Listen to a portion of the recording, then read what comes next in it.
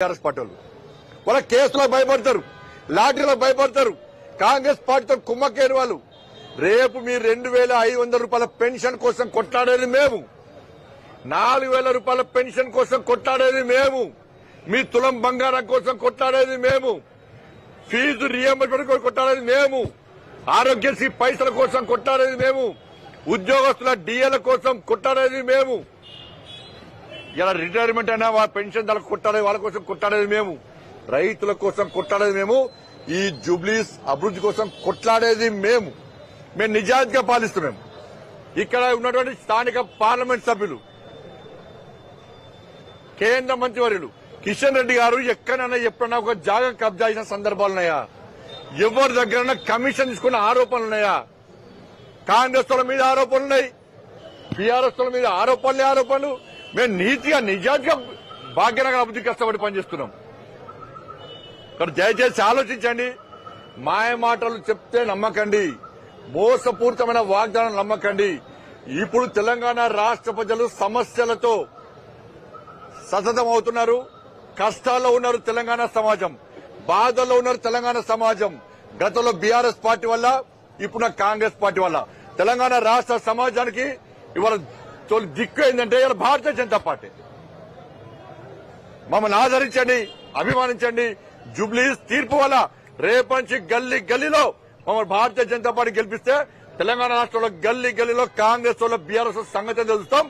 మీకోసం, మీ సమస్యల పరిష్కారం కోసం, కాంగ్రెస్ పార్టీ ఇచ్చిన హామీల కోసం మేము కష్టపడి పనిచేస్తామని చెప్పి ఈ సందర్భంగా అప్పీల్ చేస్తూ మా దీపక్ రెడ్డి గారిని భారీ మెజార్టీతో గెలిపించాల్సిందిగా మీ అందరికీ విజ్ఞప్తి చేస్తున్నాను. ఇవాళ మీరు వేయండి, ఓటింగ్ రోజు మార్నింగ్ 7 o'clock ఇవ్వండి. ఓటేసేటప్పుడు పువ్వు గుర్తు బట్టల మీద సీరియల్ నెంబర్ 1 జై శ్రీరామ్ అనండి. పోలింగ్ పువ్వు గుర్తు మీద గుద్దండి. రాముని దమ్మెందో చూపెట్టండి. రామ భక్తులుగా, రాముని వారసులుగా మేము వస్తున్నాం. ఇలా ఔరంగజేబ్ వారసులుగా ఇలా కాంగ్రెస్ పార్టీలు వస్తున్నారు. ఔరంగజేబ్ వారసులుగా ఉన్నా, రాముని వారసులుగా ఉన్నా ఇలా జుబ్లీ సమాజం ఆలోచించండి. హిందూ ఓట్ బ్యాంక్ దమ్మెంతో చూపెట్టండి. హిందూ ఓట్ బ్యాంక్ తెలుసుకుంటే ఏమవుతుందో, ఏ విధంగా మార్పు వస్తుందో ఒక చూపెట్టాల్సిందిగా ఇలా జుబ్లీస్ లోని హిందూ సమాజానికి అప్పీల్ చేస్తా ఉన్నా.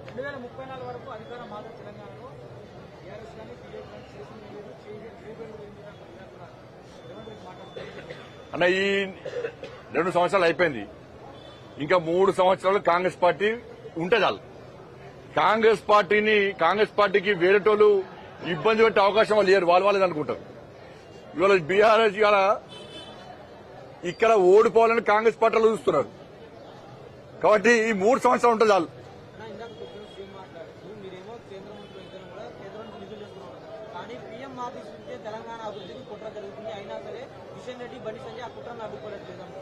ఇవాళ నేను అదే సవాల్ చేస్తున్నా. బస్తీ దవాఖానలో పైసలు ఎవరు ఇచ్చిర్రు? రైల్వే నిధులు ఎవరిచ్చిర్రు? నేషనల్ హైవేస్ ఎవరిచ్చిర్రు? ట్రిబుల్ ఆర్ నిధులు ఎవరిచ్చిర్రు? ఇక్కడ హైదరాబాద్ లో జరుగుతున్న అభివృద్ధికి పైసలు ఎవరి?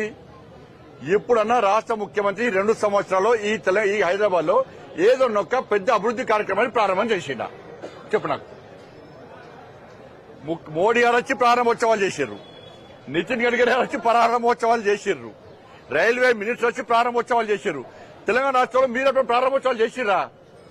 మేమే ప్రారంభోత్సవాలు చేస్తున్నామంటే నిధులు ఎవరి? రాష్ట్ర ముఖ్యమంత్రి పైసలు ఇవ్వమంటున్నాడు. కాబట్టి అలా అందుకే అంటున్నా, ముఖ్యమంత్రి గారు చాలా ధన్యవాదాలు. అందుకే మీరు కూడా ఒక అడుగు ముందుకేసి ఈ జూబ్లీస్ ఎన్నికల్లో మీకు వచ్చేది లేదు, పోయేది లేదు మీరు అనుకుంటే, మీకు తెలంగాణ రాష్ట్ర అభివృద్ధి కావాలనుకుంటే ఇలా ఓటేమని చెప్పండి. మరి బీజేపీకి ఓటేస్తారు. కిషన్ రెడ్డి గారు, బండి సంజయ్ గారు పోయి మోడీ గారు దగ్గర, సార్ జూబ్లీస్ లో ఇలా అన్ని పార్టీలు కలిసి బీజేపీని గెలిపిస్తాయి, ఇలా నిధులు ఇవ్వని అని చెప్పి అడుగుతాం. మేము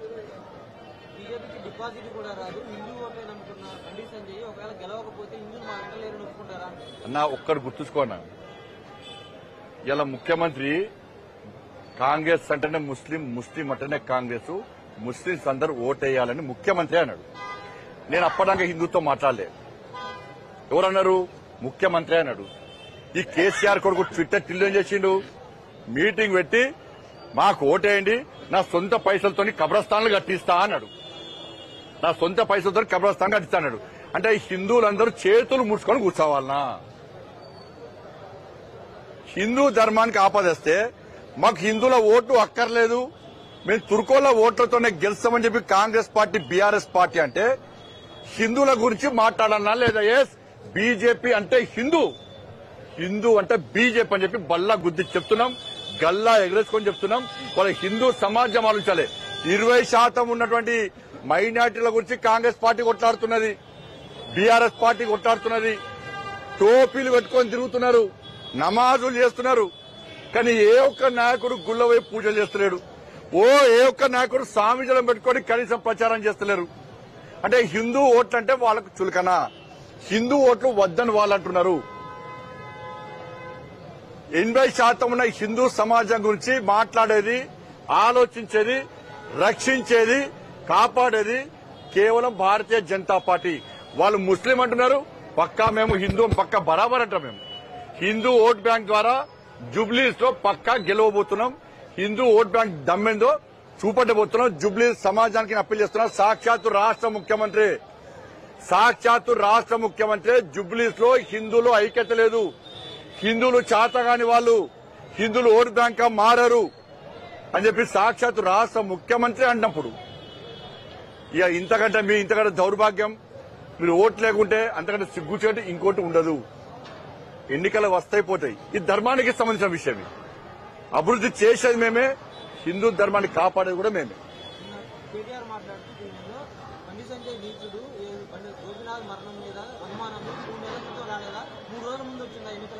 సిగ్గుండాలే, బట్టబాది రాజకీయాలు, నీచుడోడో రమ్మని చెప్పని చెప్తా.